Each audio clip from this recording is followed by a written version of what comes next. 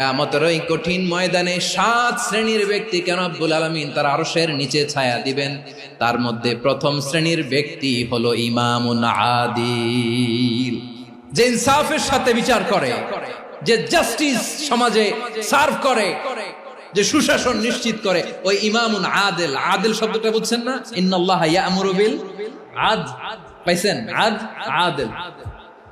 7 শ্রেণীর ব্যক্তিকে আল্লাহ তাআলা সুশীতল আরশের নিচে ছায়া দিবেন, যেদিন তার